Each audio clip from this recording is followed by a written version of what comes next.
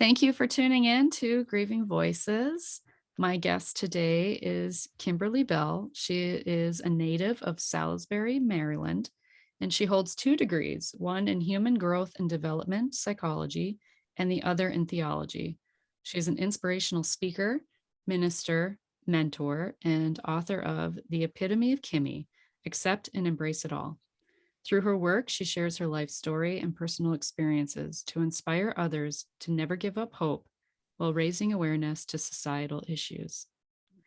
Thank you so much for being my guest. Thank you for having me. It's a pleasure. Thank you. And let's start. We're just going to dive right in because a part of your story is of being adopted. And I don't know that I have had a guest who's been adopted necessarily. I'm trying to think, and there isn't. I'm gonna have to look that up. But yeah, what is that like? Hmm.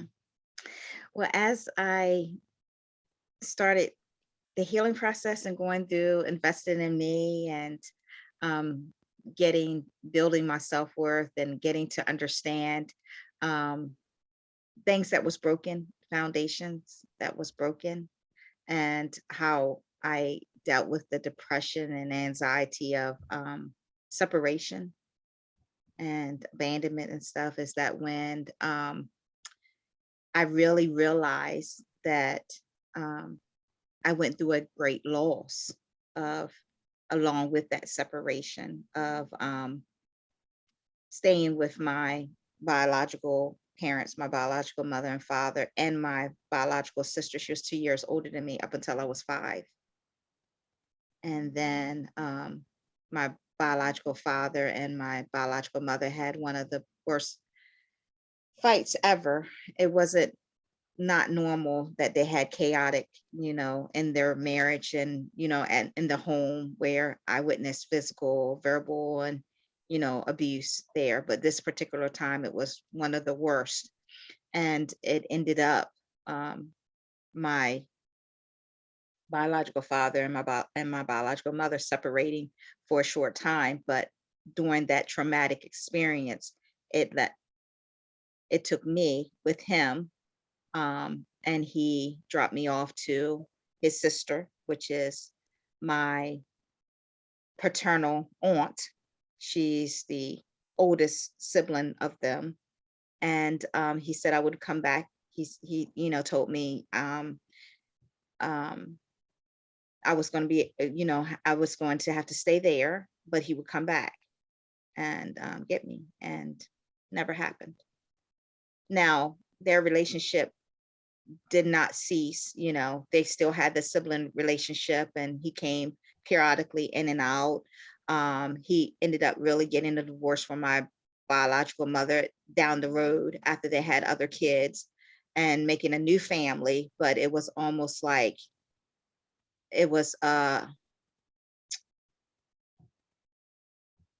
continuous journey for me in my mind, that I lost my dad and I lost my mother at that time, at that tragic event. I lost them. And no one gave me a say. I had no control. And now, how do I grieve losing and being separated from all that I knew from the beginning? At how And it old? was What age was at that? 5, 5. going on 6. Yeah. Mhm. And your mom never came? Mm-mm. Nope. What happened to your sister? She stayed with my mother. So you lost your sister too. Exactly. Yeah, I lost a relationship, and we talked about that a couple of times. I'm the vocal one, and I said, we were robbed from our relationship. Mm-hmm. Yeah, because um, we were really close. She was 2 years older than me, and she was pretty much my hero. I remember, being upset, going in her room, and she was making me, as big sisters would, smile and laugh, and those years of missing and wondering, what is she doing, and wanting to be around her, wanting to be connected, and that's not happening um, until we got to almost adult. age. We still stayed in our hometown, but we was not connected. We was not connected. Yeah. Wow, that's almost Yeah. even harder, right? Like you Yeah. know, and you knew, like you consciously knew, like even let's say maybe not necessarily at 5, not understanding that, but surely 8, 9, 10, 11, knowing your mom, your sister in the same town, but you're not Mhm. connected, you're not seeing each other. Right. Now, a couple of times I went through my little spells of, and I never wanted not to be connected to either one of them. It's just, it never worked in my favor. But I always wanted to be back with my mother, even knowing the treatment um, wasn't good. It was only the treatment that I knew, and I loved her. So it wasn't that I'd never wanted. So I would go through some episodes and spells that I would cry, and I'm like, I want my mom. I want to go with my sister. And then episodes with my dad coming in and out, talking to his sibling. I mean, my adopted mom, which is his sister, about his life, and then looking at me and saying, I'm gonna come back and get you. I'm gonna come, and I'm gonna take you with me. And I'm getting my bags packed and hopes up, and he never shows up. So I'm going through all this turmoil. And my adopted father, which is her husband, was like always the mediator. He was always trying to balance my episodes out. So I remember him making, it's crazy that you said around 8 or 9. It was pretty much around that age, between 8 to 10, that he gave my dad a talk. And I remember listening in the other room, and he was really kind of like getting on him stern, and was like, stay away. If you're going to promise her and not deliver, and we see the hurt and we see the pain, don't do that. Just stay away. And so he did. For months, I didn't see him. And then when I did see him, when months did, he would come there periodically, and pretty much update my mom, his sister, on his life. When he's going into the ministry, he remarried, he had other kids and stuff like that. And in the episodes that I was going through or wanting to be with my mom, I remember my mom at that time, my adopted mom, saying, I just don't understand you. Why would you want to be with someone that mistreats you and don't want you, and da da da. And my dad, he would be the mediator. He would say, her husband, we're not going to do this. It's okay. And he was really like the first one that really gave me a sense that my emotions, my feelings did matter, despite of anybody else made me feel that way. He set, I guess, kind of the foundation, because he said, we're not going to do that. We're not going to do that. It's okay that she wants to go and see her mom. It's okay that she wants to, but it was never an initiated from her. So that even hurt worse, because it was always me initiating. So with me initiating, and he allowed, him and my mother allowed me to periodically to go and see my mother. We're all still living in the same hometown, radius of probably like 20 or 25 minutes apart. When I come to visit her, it was always the same. It was just like I was a neighborhood kid. Mm. So here I'm going back, just as torn as I was leaving. Mhm. So then, that stopped. For a while, that stopped.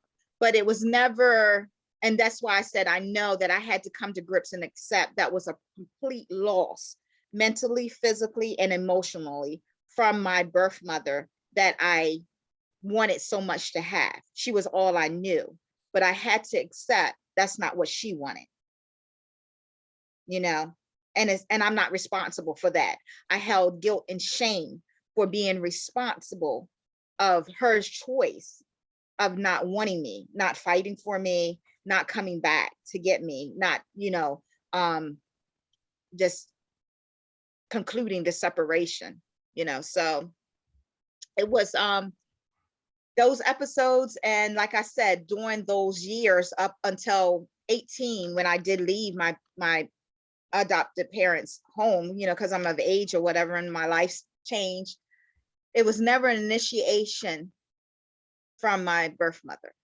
No calls that I can recall, no gifts, no kind of mental, physical, or emotional contact to let me know that she wanted to be connected with me. So that sealed, and I had to live through some rejection and pain because I wasn't ready to accept the complete loss all the way around, and to grieve that it's a reality. It was a reality. Yeah. So how did you find yourself coping with that reality Whew. over the years? Oh, really in bad cycles, depression, anxiety, very impulsive. I was very impulsive in relationships because I didn't want to be alone. I didn't want to feel that abandonment anymore. And once I felt like, and get this, it was like, because I had up until 5 tried to find anything that I could to make her accept me, or to make her be kind, just be kind to me. That seemed like it never happened, or the emotional connection that I seen her do with my sister that was quite different when it came to me. It was almost like a resentment, and I didn't Mm. understand why. And so it was like a foundation built on if I was only quiet enough, if I was only pretty enough, if I was only good enough, if I was only quite smart enough, if I, didn't ask for seconds or whatever to get approval, to be accepted. And that took a lot of years, down to other relationships, even down to my kids, of wanting to be the best, because here, if I could just get 1 ounce of acceptance, I got you. Instead of someone just accepting me for me and me not having to work for it. Yeah, tough. Because I built my life with years of relationships, of draining myself to, am I not just good enough? I have this to offer. I can save you, accept me. So once you accept me, then I'm good. Why would you ever want to leave me? Now that you get what I'm saying? And then Mhm. I'm like trying to hold on to, whether it's a bad relationship, whether it's a toxic relationship, because now you said you accept me. You're in my life. How dare you want to now leave out my life, or do something to make me feel like, is this what life is all about? Is this a bad behavior, or this unhealthy behavior, or this toxicness, my stress level, or the way you're disrespectfulness, or the way you're talking to me, uh, is this worth you being in my life rather than you not being in my life? No, I'd rather for you to be in my life and not make me feel abandoned again, and do whatever you want, treat me however you want, because this is what I only knew. This is the cycle. And so I had to really, and it's a shame that I got all the way to my 40s, but I had to really choose and accept the dysfunctional cycle, and accept and choose, do I want my life to be this way? Like it was, the depression, then the anxiety, that buying love, that feeling like I have to buy love, feeling like that I have to force love, beg for love. I don't. And I had to find, I I'm worth so much more than have to buy love.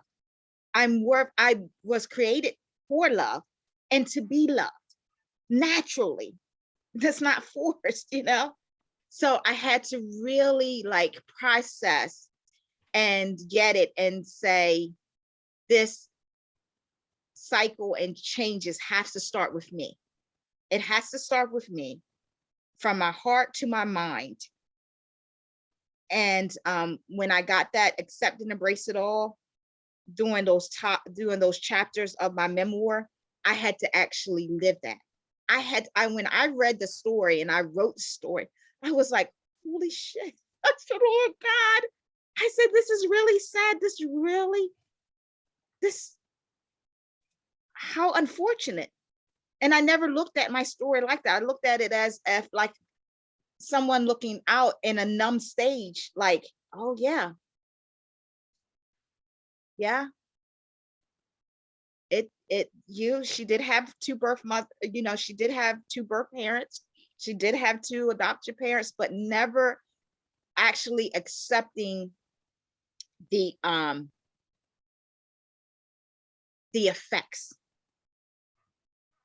physically, mentally, and emotionally that took place beyond my control, and then how I staged and I made decisions based on those effects that was never dealt with. And then I was raised in a generation, an era that what goes on in a home stays in a home. I didn't have, and they didn't embrace, therapists. They didn't embrace, so I was definitely going through PTSD on so many different levels from that traumatic incident that I just seen blood from my mom's head to her chin. That event, he physically beat her so bad in the car with me and my sister that led me being taken to his sister's house. She got dropped off at my grandparents' house, her and my sister, and I had to get back in the car with my dad, and we went. That was one of the, and it's vivid. I would never forget in details what had happened. And then having to stay overnight to someone's house. I didn't know them. I knew of them, but that was my first night that I've ever remember staying over there. And I'm staying there alone. And it seemed like they already had a bedroom prepared for me, but I'm so shocked and scared. I didn't even want to tell them that I was scared to be in the dark. I just laid there and I cried, and I'm thinking of my sister. What is she doing? And when would my dad come back? That something within inside of me, a built-in hope was, if I could get through this night, I'll be all right. But as far as my voice, as far as me saying to these strange but not strange people, and how I feel, oh, it was not heard of. So I built a silence about me, so that had to be broken. That had to come to grips with accepting. And then I remember, as I was writing the story and reliving marriages and relationships, that I adopted the same coping skills, this unhealthy coping skill of being silent, feeling like my voice did not matter. Okay, it hurt. Okay, that was very painful. But if I say something, for what? Would it even matter? Yeah. So I had to, really invest some time of breaking my silence, understanding that I'm what I'm worth, and building my own self-esteem, and then just being comfortable loving me.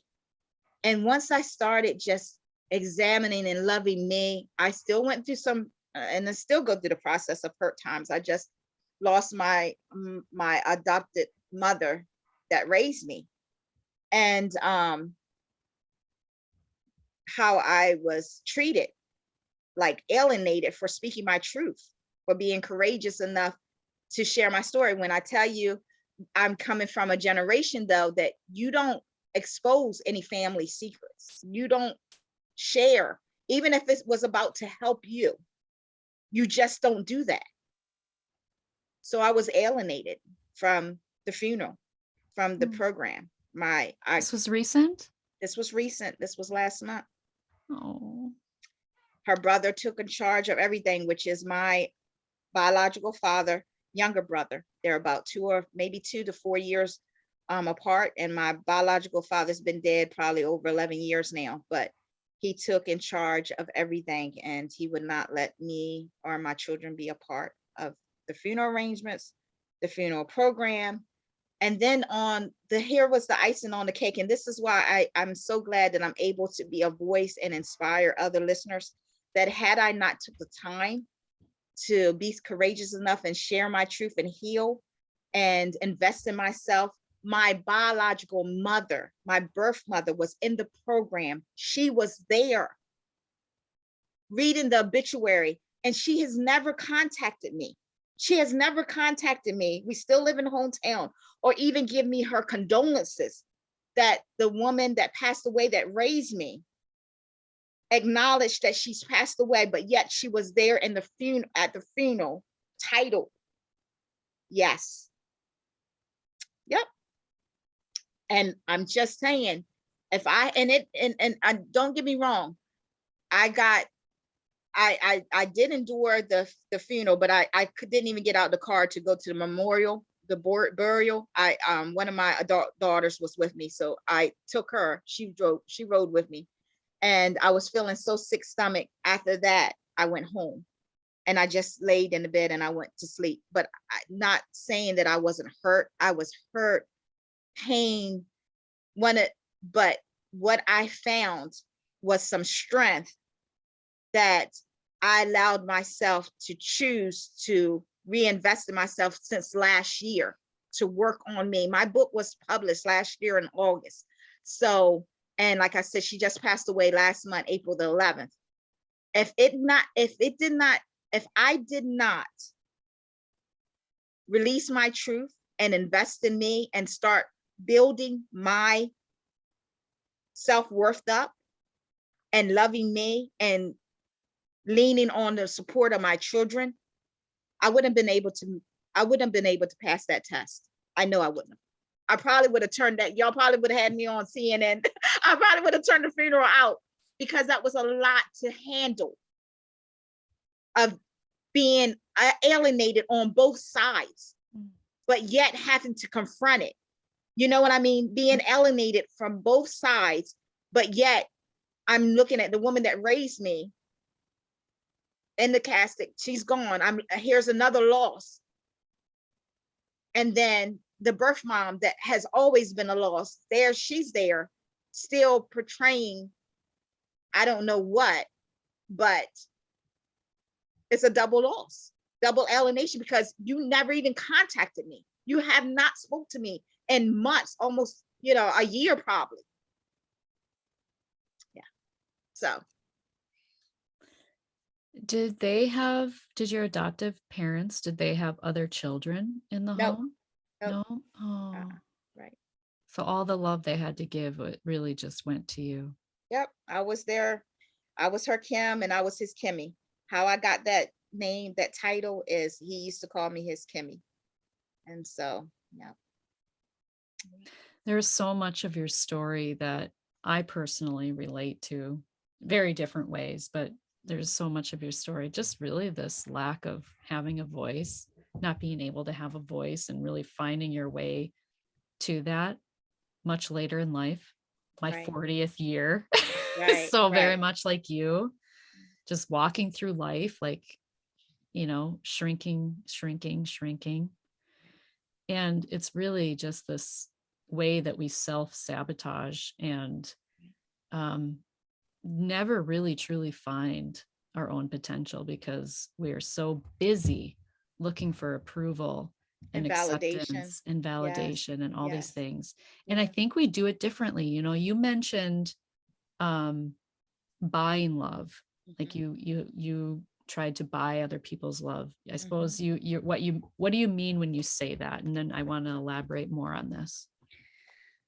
Like I never really remember getting any monetary gift from my birth mom, but yet birthdays, I would give money and cards. I would, give her Mother's Day cards with money in it. If I seen her, because like I said, being in a hometown at a gas station, I remember saying, being so excited to see her and wanting so much of her acceptance and conversation, you want gas? I can fill your car up, and I'm doing that, Mm. like, yeah. So, How about just with relationships? How did that show up in relationships? I was always the initiator. You need a job. Like, if it wasn't my money, it was always my time, sacrificing my time, my energy to help them to get on their feet, help them to, if they didn't have a place to stay. Well, I have, you can stay here.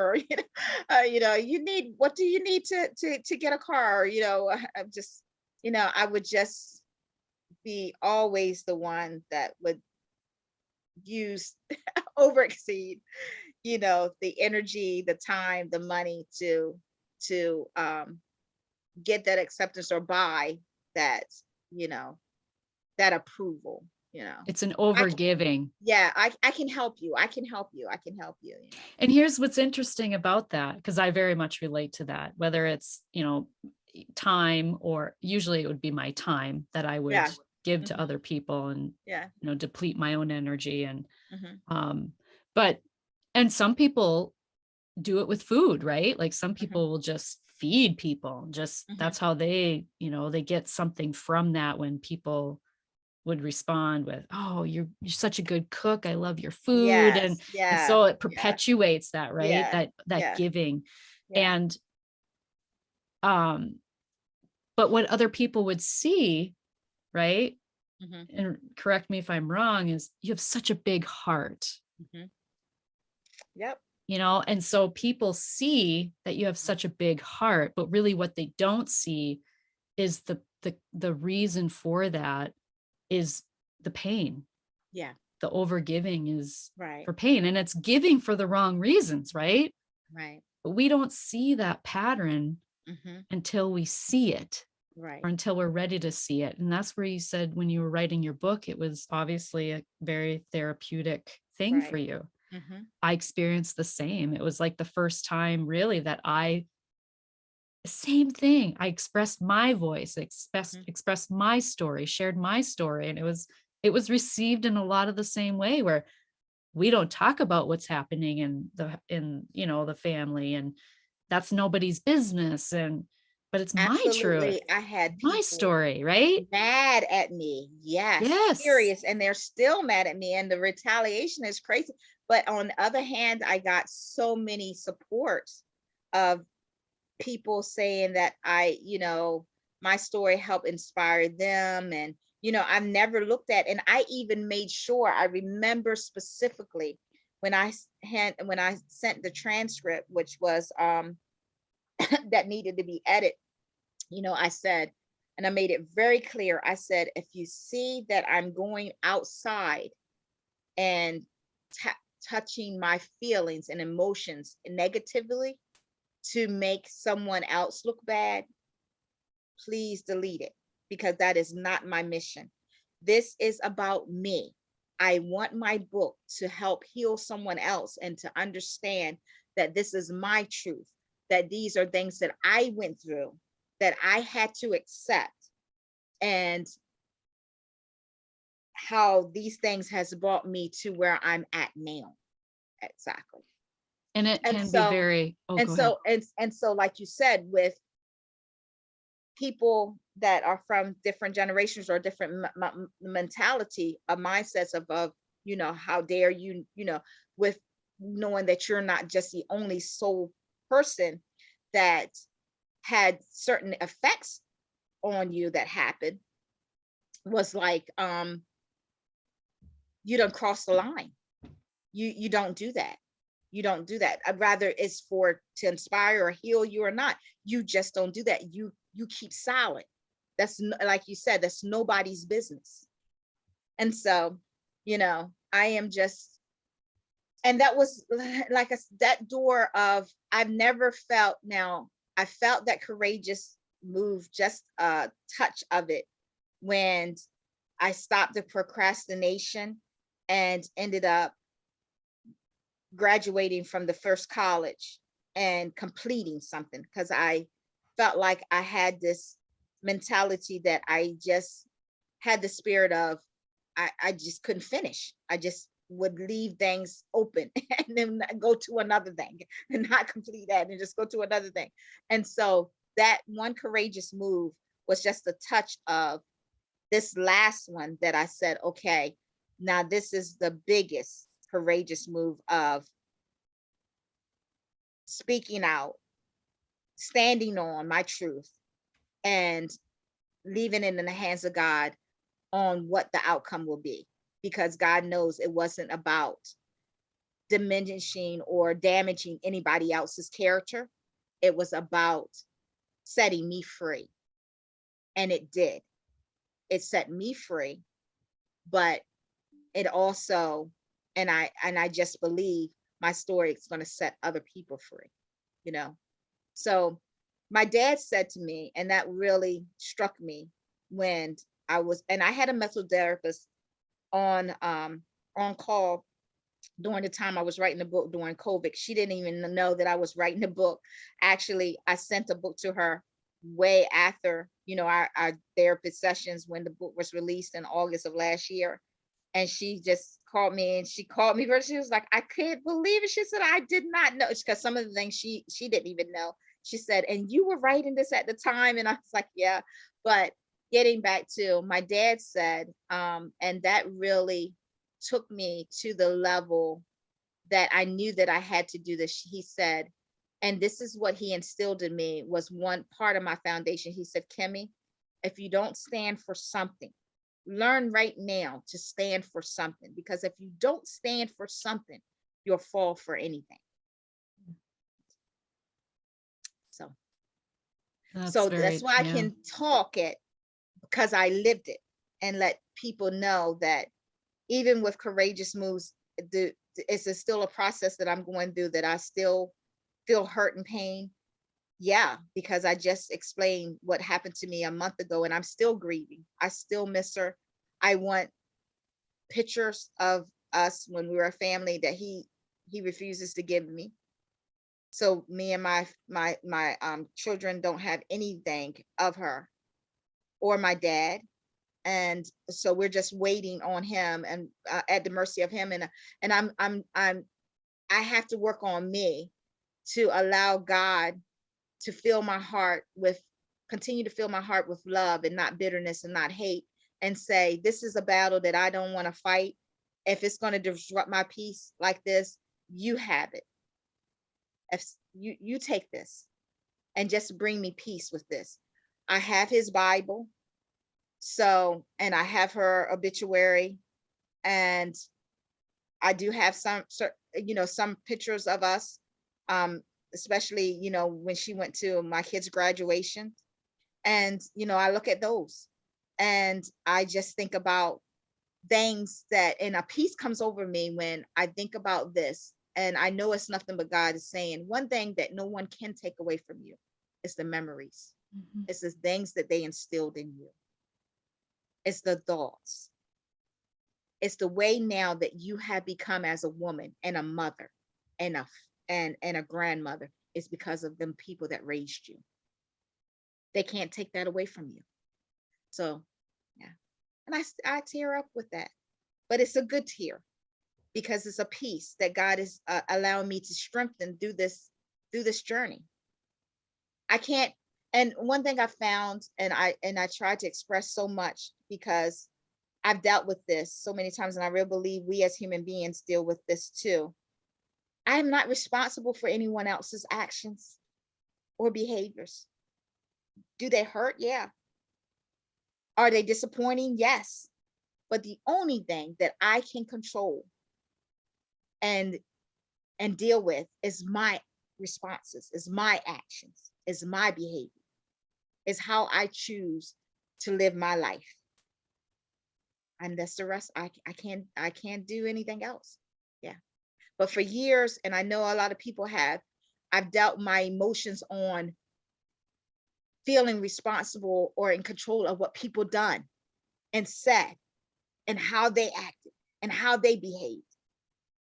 And for instance, just like I said, if I had continued with that mentality and that depression and that anxiety and an impulsive Kim a month ago, when that had happened, for no one to think about how could Kim come to this conclusion in her life and live in that journey, and then be courageous enough to share it to the world, of my first sexual foundation, my misdiagnosis of PTSD to mild retardation, of 6 years in resource, of bullying and taunting, and the silent cry, and then having a child at 15.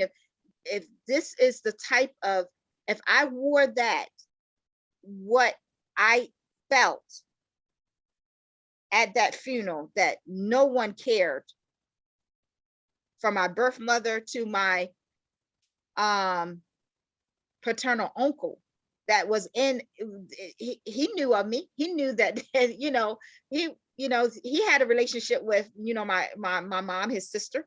So he knew, he was in and out the house. I called him my uncle so it's not like you did not know me, but for you to act and to behave and fill my heart with such disappointment and hurt, had I not invested in me and had God to really start healing the process of not being responsible for what people do and say, I would have went off.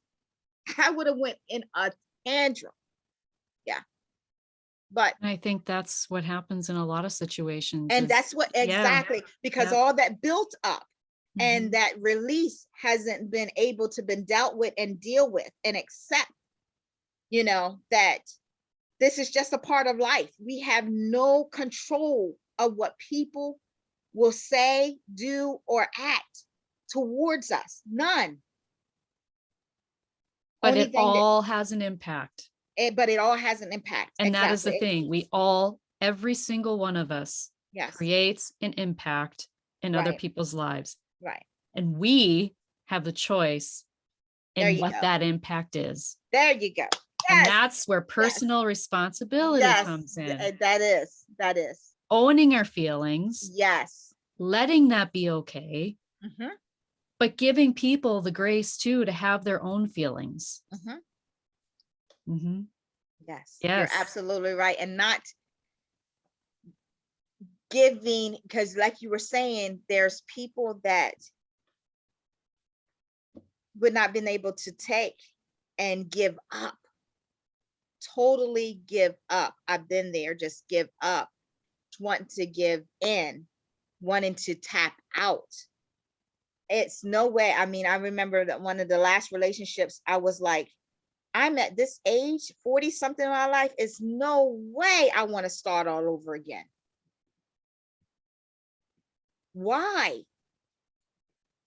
For what? You know what I mean? Just let me tap out. I don't want to have to even deal with this pain of having to regroup, you know? Mhm. But it's so much worth.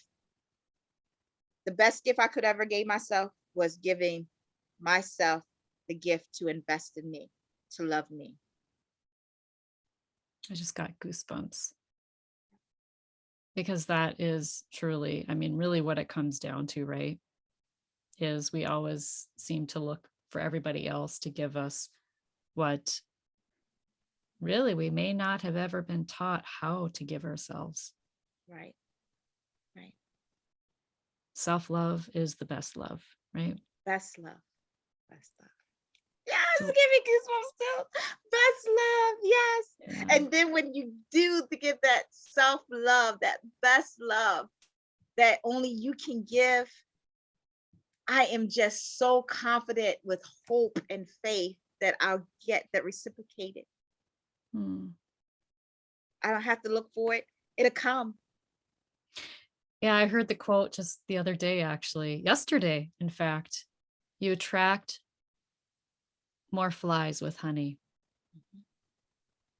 right? Be the honey Yeah. and leave the legacy that is one you are proud of. Leave the Yes. impact of one that you're proud of. Yes. And here's the thing, whether it's your uncle, whether it's your mother, your biological mother, or whoever it is, Mm-hmm. we all bring our perspective and our personal experience and our lens of the world to situations, and really that just reveals that he has work to do. Mhm, And when you have somebody like yourself, mhm. that can really rub people the The wrong, you wrong know what I way. mean? It really, it honestly, like that's the My impact. kids.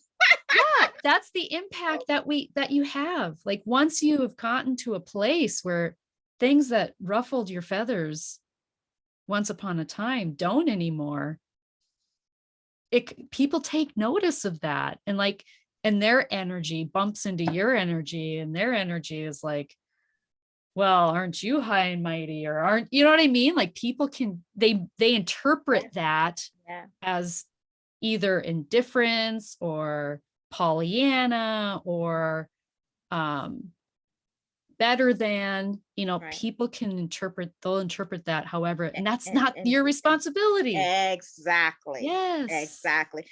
What my responsibility is owning, like you were saying, I love that word, owning my own aura, my Mhm. own love for me, my own confidence in me, my own self-worth in me, you know, owning my own peace. I fight hard for it. So why don't I fight hard to keep it? I do. And, it's just uh, the process that I worked on me to get there too, you know? And I bet you feel empowered, I do. I and do. it's I do. disempowering to I give that do. away to I other do. people, right? Yes, I do. One of I did ended up it was so therapeutic too. I did write a tribute, and that's on my website. I wrote a tribute to my mom, and it just so happened my birth mom had to read it. Mind you, I wasn't on the program and I wasn't able to do anything at the funeral, but she was in the program to do the obituary reading and all the acknowledgments in the cards. So I had to give, my daughter had to give her, whoever was in the program to do that, the tribute. And it just so happened to get in her hands. Well, isn't that full But circle? exactly. So but getting back to the tribute, I remember, you just did a light bulb that came out when I was writing this, and I had a statement that was in the tribute that I said to her. Um, I remember getting in the bathtub. She was one of the best scrub the back scrubbers ever, because she was, she's so old school. So like, I'm gonna scrub the bark off your back, but I don't mean to be so heavy-handed, but but it felt so good because it was just like my little poor but she said a phrase I'll never forget when I put that in the tribute. She said, you're a little frail, you're little frail, timid thing. You're just a little frail, timid thing. And as I'm writing it, it's still so therapeutic. I'm laughing as I'm writing it. And I said, and if it wasn't for you and Daddy Bill, because that's what I called them, I what how you all raised me now has turned out to be the strongest and the courageous person in the world. So see how that we yes, how that the investment, Mhm. and as you said, until I started owning that, even though I'm not responsible for how it affects anybody else, my silence, or my lack of silence, my my voice, um and my truth, it's regardless whether rubs anybody some wrong way, it's that I am so glad, and it's just such a blessing that an investment has taken into my life through experiences and through people that has raised me and that has loved me their way, but love me, that I am able to, as you said, now feel empowered. And I am not that frail, timid person, but it was because of those two that started that investment in me. So yeah. And I think too, like when we're talking to other family or we're talking to people or we're sharing our voice, Mhm. as long as you are sticking to how you feel Right. or how that situation,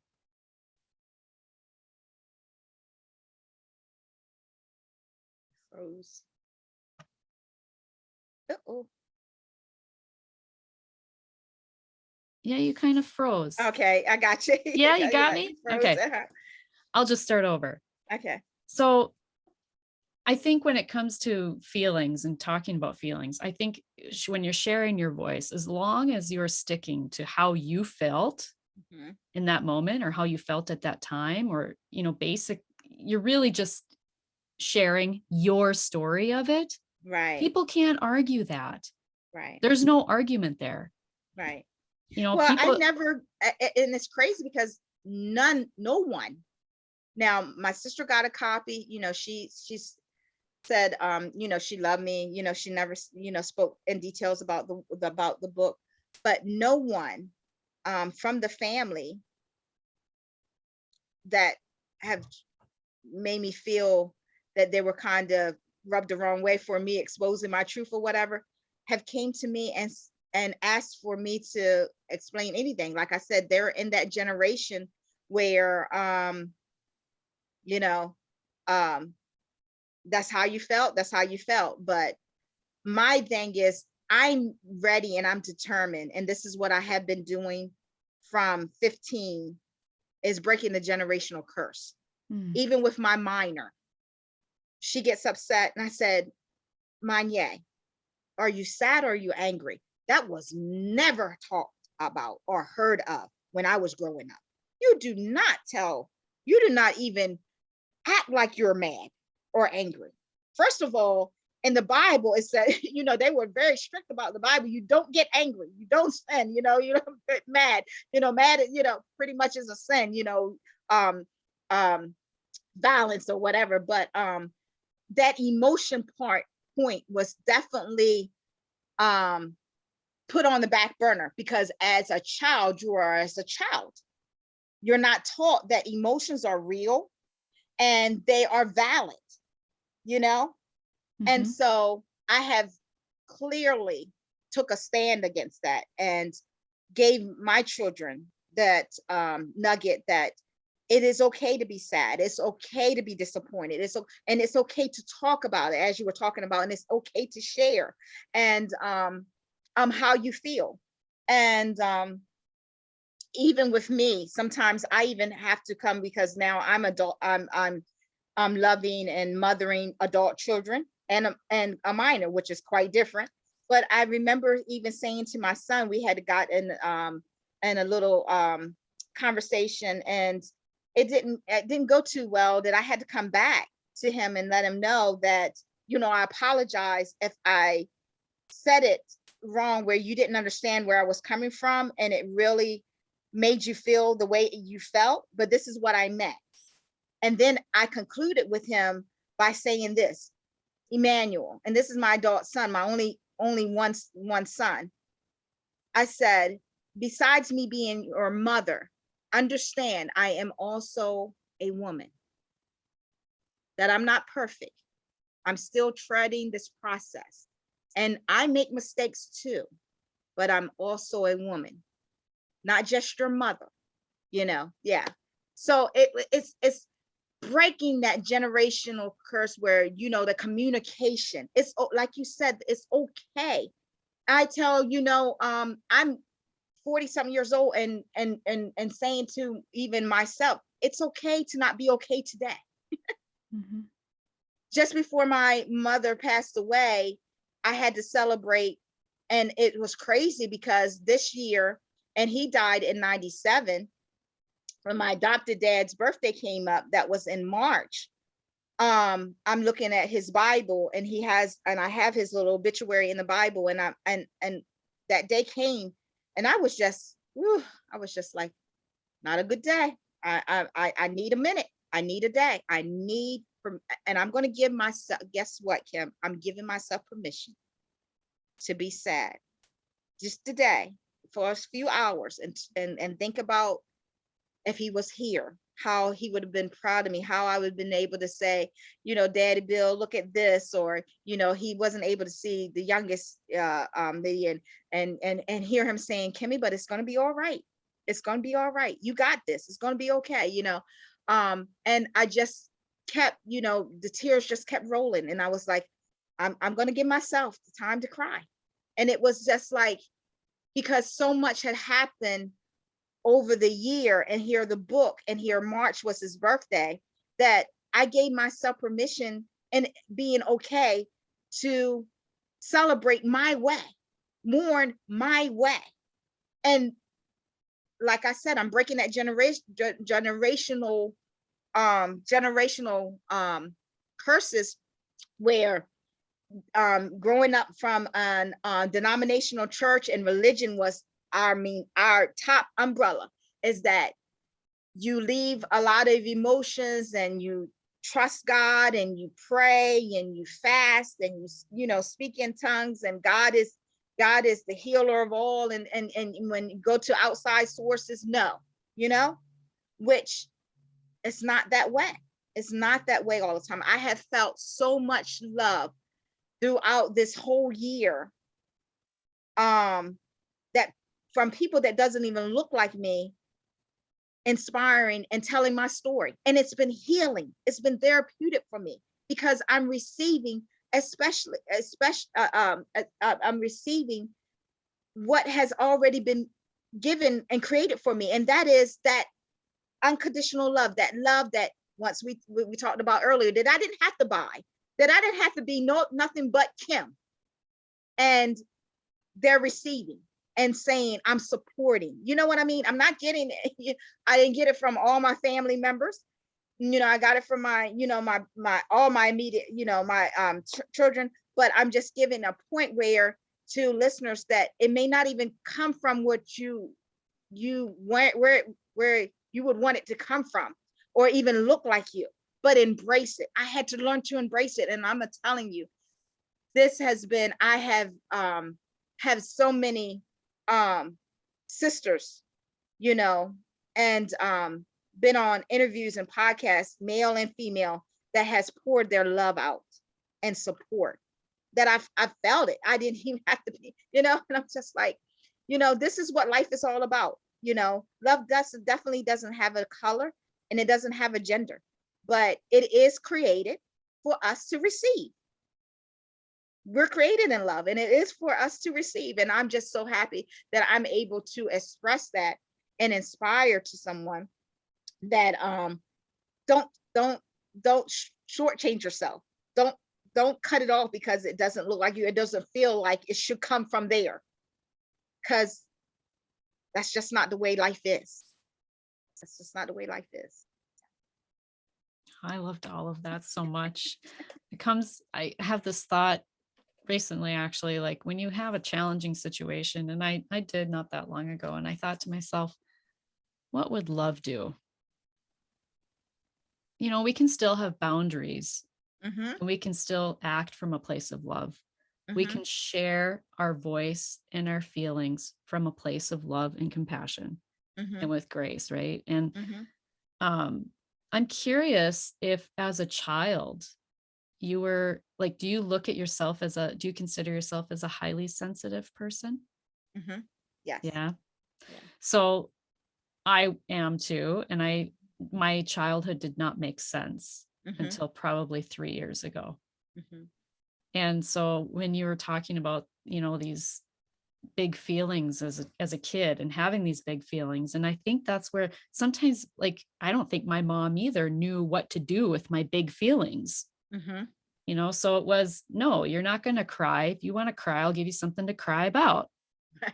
So I'd go Yeah. under my bed to cry, or I'd go in the Mm-hmm. linen closet to cry. I Right. just Yeah. never expressed or shared myself. I didn't have the safety and the freedom to do that. Mm-hmm. Right.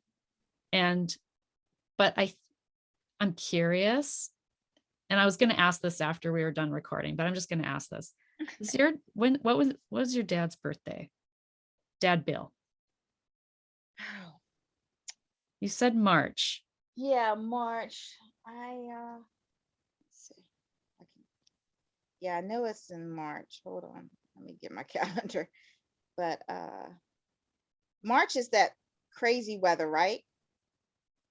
Yeah, it's Is like it that March the in month between. where it doesn't, you never know whether it will Comes in like a lion, mm-hmm. goes out like a The lion. 21st. March 21st. 21st. Yep.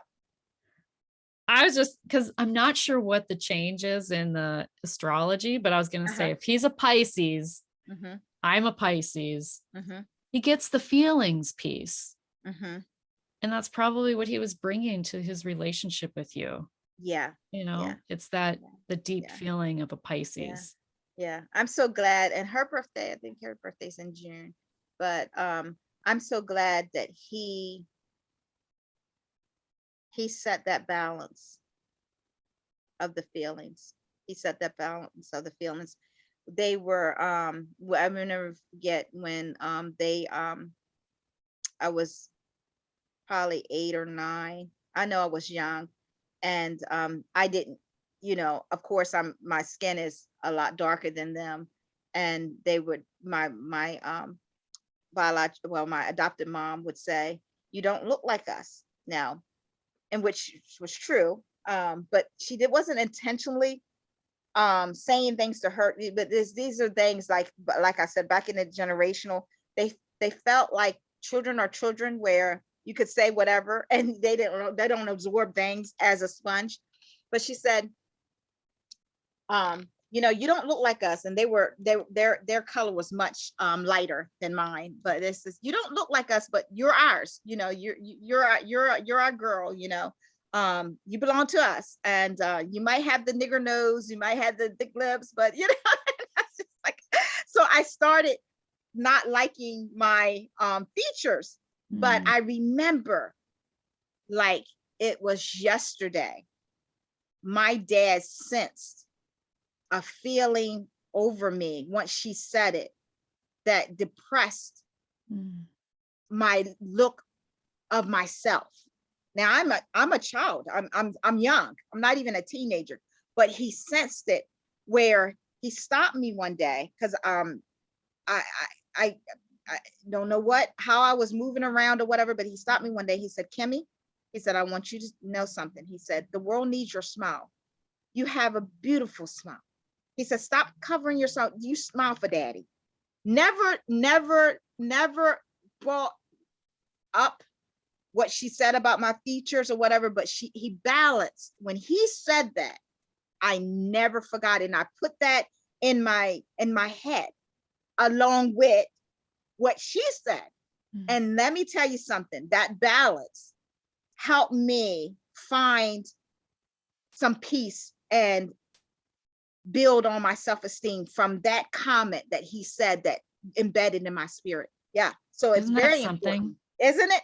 Very Isn't that important. something? Yes. One One simple comment. Yes. comment. Now hear this. I didn't forget about what my my mother said, but if he had never said that comment about my smile, I would probably been just some, had to deal with so many more issues of my physical attributes that I call beautiful attributes now. Yeah. So yeah. Sounds like he was a very intuitive man. Yes. Is there anything else? Oh, I'm getting an echo. Why am I getting an echo? Oh, I don't hear it now. Okay. Okay. Is there anything else that you would like to share? Um. Well, what comes in mind, I have believe it's I believe it's eight affirmations that I thought of, that is on my website that you can download free. But one of them is come in mind as I kept talking to you, is that I have learned to do, and consistently trying to remember not to do, is to expect to see the me in other people. Hmm. I'm just uniquely created the way I am, and I'm owning, giving the biggest gift of me, of invested in me, but not expecting and not seeing the me in other people, not being responsible for it either. That's beautiful. One question. What would you say grief has taught you? Yeah. Your grief has taught you.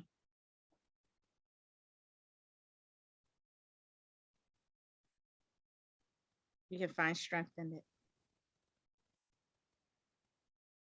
You'll find strength in it if you allow yourself. You choose. you'll find strength in it. If you choose. Yes. And it really does truly come down to choice. Yep. So where can people find you if they'd like to connect with you and find your book? Okay, well, I'm on the Facebook, Kimberly Bell, and I'm on Instagram, Kimberly Bell at Kimberly Bell, and I have this website that is just truly my baby. I love it. I have such an awesome team, and What's the you'll website? yes, the website is www.kimberlybell, Kimberly and Bell, yeah, Kimberly and Bell, and with the E, Bell.com. And you'll see the book right there, the memoir of the epitome of Kimmy, the memoir, Accept and Embrace It All. And the book is found on Amazon and Goodreads, and you can contact me off the website. Um, uh, a speaker, I travel, I also do mentoring sessions. One of the mentoring sessions is titled Accept and Embrace It All, and another one is Balance Beam of Life. So it's just so excited about the season of my life. So yeah, I love it. I bet your kids are very proud of you too. they are. And I'm proud of them. I keep saying you guys rock because you guys rock, I rock. But it's like, don't you feel just so much more at peace as a parent too? Just that take comfort in knowing that you are breaking the chains and this cycle of, because I think what Yes, I wanted to say too is what you did was you challenged the beliefs and the beliefs that you were born into, whether they were self-limiting beliefs or whether it was beliefs passed down to you. But right. it's when we challenge those beliefs that we find our own truth. Yes. So thank you for sharing your truth today. Thank you. It Thank was you an for allowing me to honor. Yes. share. Thank you for so much for your platform. Thank you. Yes.